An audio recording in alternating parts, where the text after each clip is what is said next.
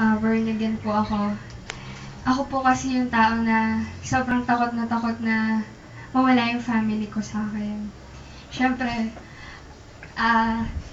yung dati po kasi sigradong katoliko po kami. Tapos, ako po, pasaway po ako. Lagi po akong umaalis ng bahay nang walang paalam.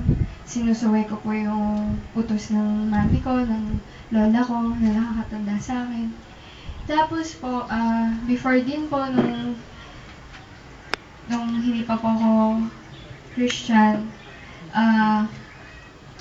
masyado po akong palamura din po. Parang at a young age po nagagawa ko yun. Parang nagugulat na lang po din ako. Kasi mabilis po akong magalit. Parang naiinis po ako sa mga bagay na hindi naman dapat. Tapos naiirita po ako. Ganun po ako dati. Tapos, tapos in-invite po ako ng tita ko na magsimba po nga dyan sa GCF, Santa Rosa po. Tapos, yung mami ko din in-encourage po ako.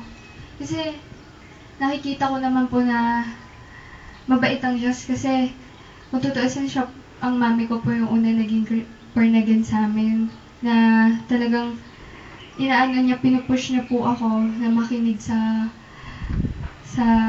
Word of God po. Tapos, parang inaano po niya sa akin na maging mabait ka na, huwag ka na maging pasaway, sundin mo na kami, ganyan. Ako dati, inaano ka po, opo, sige po, ganyan, pero hindi ko naman po sinusunod. Tapos, parang labas-pasok lang po sa tenga ko. Pero po, ngayon po, naano ko po yung kay God po. Parang, sabi ko, ito pala dapat yung gawin. Tapos, sumunod pala dapat ako sa magulang. Tapos, hindi ko dapat i-failed yung promise ko kay mami din. Kasi, syempre anak po siya ng Diyos. Kaya, hindi ko din po dapat siya...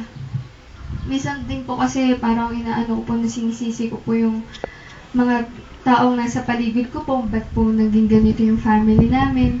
Pero praise God po kasi kung will po talaga niya to, will niya. Kaya ngayon po naniniwala po ako na ngayong araw na to magiging tunay na Kristiyano na po ako at naniniwala ako kay God na i-bless niya ako at igagay niya po ako sa araw-araw. Yun lang po. Thank you po.